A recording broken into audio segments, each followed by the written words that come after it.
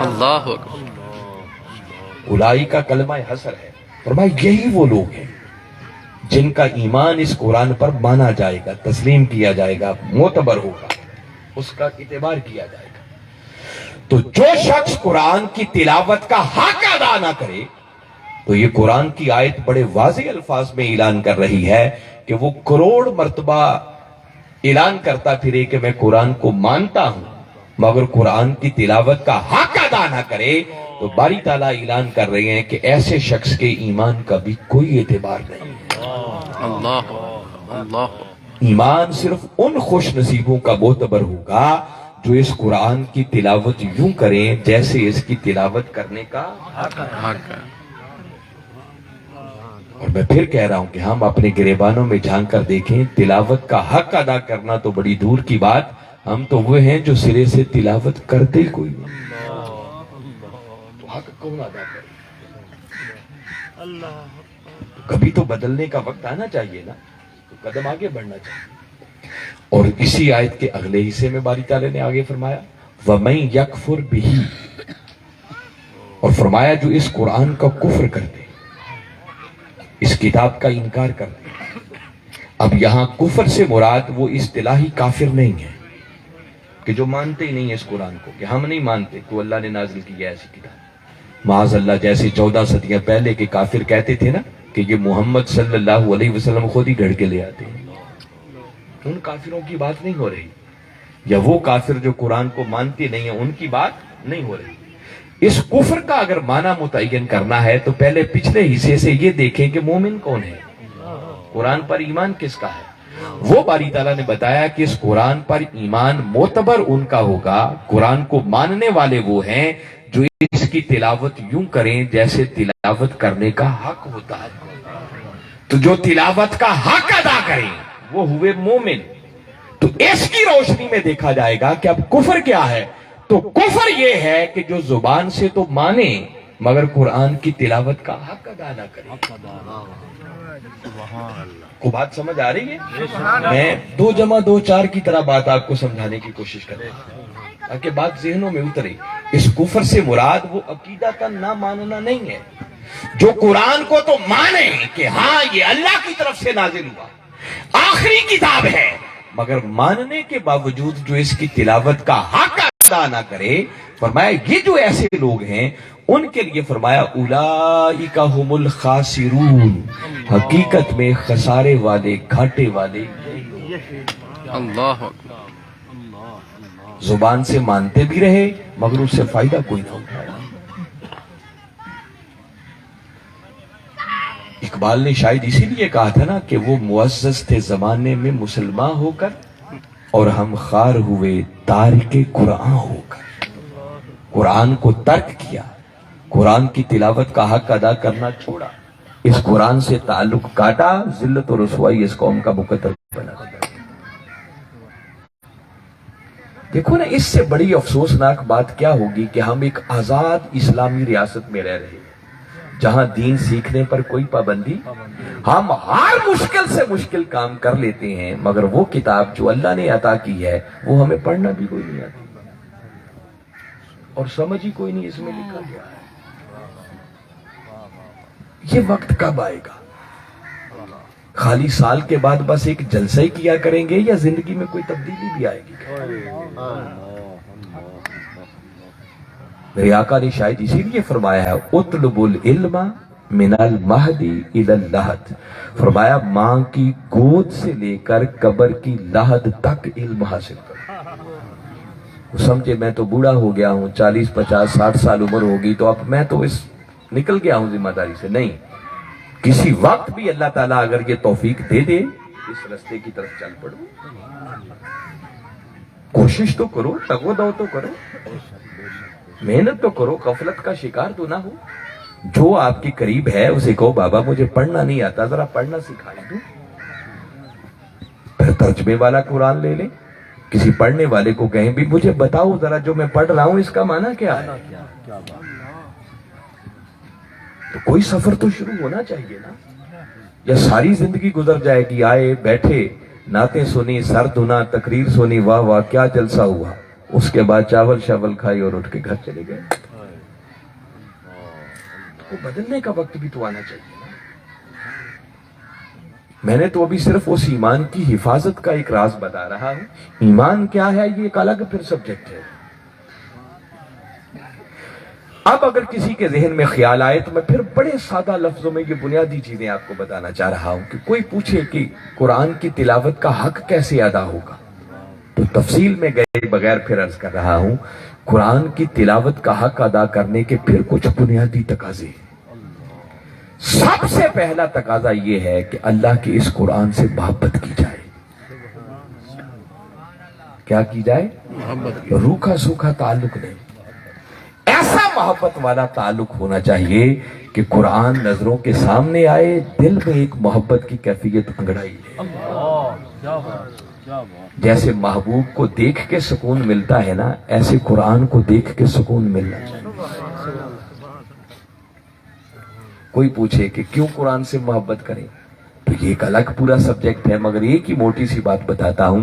قرآن سے محبت اس لیے ضروری ہے کہ قرآن ہمارے دو محبوبوں کا کلام ہے.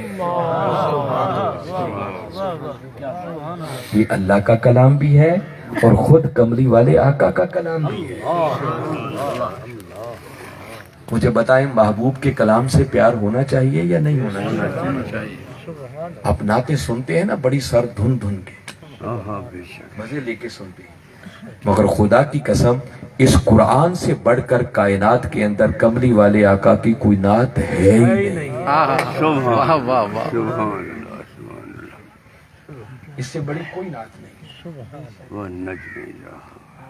اور اس نعت کے علاوہ اللہ اجر دے گا جو بھی آقا کی ثنا خوانی کرتا ہے, جو لکھتا ہے. مگر یاد رکھیں وہ ایفرٹ ہے, کوشش ہے, مگر کس کی مجال جو آقا کی نعت کا حق ادا کر سکے. جب آقا نے خود فرما دیا یا ابا بکر لم یعرفنی حقیقتاً سوا ربی, ابو بکر سن لے میری حقیقت کو سوائے میرے رب کے کوئی نہیں جانتا. تو جب جانتا ہی کوئی نہیں تو کس کی مجال جو آقا کی نعت کا حق ادا کرے. سبحان اللہ. اور یہ قرآن وہ کملی والے آقا کی نعت ہے جو کسی آقا کے غلام نے نہیں بلکہ آقا کے خالق نے لکھی ہے, بنانے والے نے لکھی ہے. اس سے بڑھ کر بھی کوئی آقا کو جاننے والا ہوگا نہیں ہوگا. اسی ذوق کو سامنے رکھتے ہوئے قرآن سے محبت کر لیں. نعت سمجھ کے اس کو جاننے کی کوشش کریں کہ باری تعالیٰ نے اپنے محبوب کی نعتیں کیسے لکھی ہیں. سبحان اللہ. وہ کبھی کہتا ہے والضحیٰ, محبوب تیرے چاشت کے وقت کی طرح چمکتے ہوئے مکھڑے کی قسم.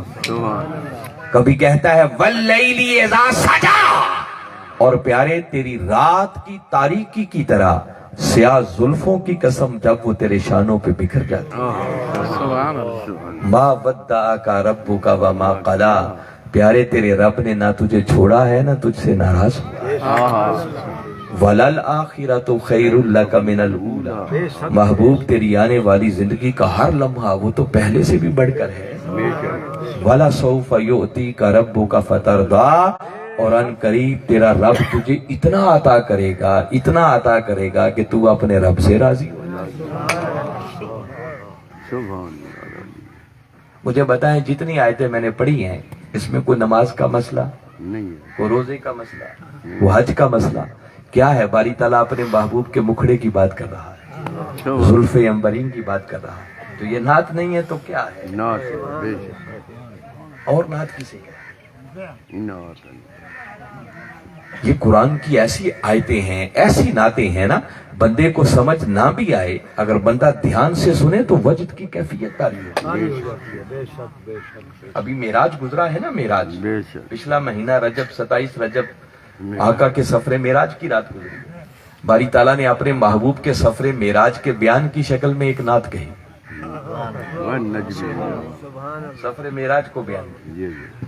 ہم بھی کہتے ہیں نا کہ معراج کی رتیاں دھوم یہ تھی, محبوب ہمارا آبد ہے. یہ آقا کے غلام ہیں جو نعتیں لکھتے ہیں ایسے. اب خدا نے اپنے محبوب کے معراج کے سفر کو بیان کیا. میں صرف ذوق کے لیے کہ اگر قرآن کے ساتھ ایسا تعلق آئے, سورہ النجم قرآن پاک کا 53واں سورہ۔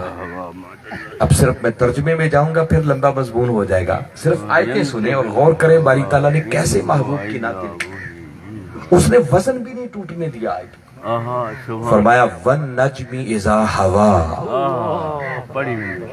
فرمایا قسم ہے اے چمکتے ہوئے ستارے محمد صلی اللہ علیہ وسلم تیری، کہ جب تو شب معراج مجھے ملنے کے لیے آ رہا تھا تو تیرے آنے کا سما بھی کتنا اچھا لگ رہا تھا، واہ واہ واہ، اور جب تو مل کے جا رہا تھا تو تیرے جانے کی ادا بھی کتنی بھلی لگ رہی تھی۔ یہ ہے وَالنَّجْمِ إِذَا هَوَا کا معنی۔ ترجمے میں نہیں جاتے، میں صرف آیتیں پڑھتا ہوں، دیکھیے کیا ردم ہے آیتوں کے اندر۔ فرمایا وَالنَّجْمِ إِذَا هَوَا مَا ضَلَّ صَاحِبُكُمْ وَمَا غَوَا وَمَا يَنطِقُ عَنِ الْهَوَا إِنْ هُوَ إِلَّا وَحْيٌ يُوحَىٰ عَلَّمَهُ شَدِيدُ الْقُوَىٰ ذُو مِرَّةٍ فَاسْتَوَىٰ وَهُوَ بِالْأُفُقِ الْأَعْلَىٰ ثُمَّ دَنَا فَتَدَلَّىٰ فَكَانَ قَابَ قَوْسَيْنِ أَوْ أَدْنَىٰ۔ آگے فرمایا فَأَوْحَىٰ إِلَىٰ عَبْدِهِ مَا أَوْحَىٰ مَا كَذَبَ الْفُؤَادُ مَا رَآىٰ۔ یہ بڑی خاص بات ہے، اس کا معنی بھی بتاتا۔ پچھلی آیتیں میں گزر، پہلے آیتیں پڑھ لیں ساری۔ فرمایا ما كذب الفؤاد ما رآ افتمارونه على ما يرى ولقد رآه نزلة اخرى عند سدرة المنتهى عندها جنة المأوى اذ يغشى السدرة ما يغشى، اور آگے فرمایا ما زاغ البصر وما طغى۔ واہ واہ واہ واہ، کیا کمال کی آیت نعت ہے۔ یہ کملی والے آقا کی نعت ہے جو خود خدا نے لکھی۔ جب باری تعالیٰ نے ثم دنا فتدلی فکان قاب قوسین او ادنی کی بلندیوں پر بلا لیا نا، اور وہاں خلوت کے سما میں بٹھا لیا، پھر پردے اٹھا دیے، محبوب سے کلام کیا اور فرمایا ما کذب الفؤاد ما رآ، لوگوں جو کچھ میرے محبوب نے دیکھا دل نے اسے جھٹلایا نہیں، دل نے تکذیب نہیں کی۔ فرمایا میرے مصطفیٰ کی آنکھیں تک رہی تھیں اور دل تصدیق کر رہا تھا کہ یہی جلوہ خدا ہے۔ کئی بار ہوتا ہے نا، انسان کو منظر دیکھتا ہے، اسے اپنی آنکھوں پر بھی یقین نہیں آتا کہ میں حقیقت دیکھ رہا ہوں یا خواب دیکھ رہا ہوں۔ فرمایا ایسا نہیں تھا، میرے مصطفیٰ کی آنکھیں تک رہی تھیں اور دل تصدیق کر رہا تھا۔ اتنی بات کر کے آگے ایک سوالیہ انداز میں بات کی۔ فرمایا افتمارونہ علی ما یری، ارے نادانو تم اس بات پہ جھگڑتے ہو جو کچھ میرے محبوب نے دیکھا۔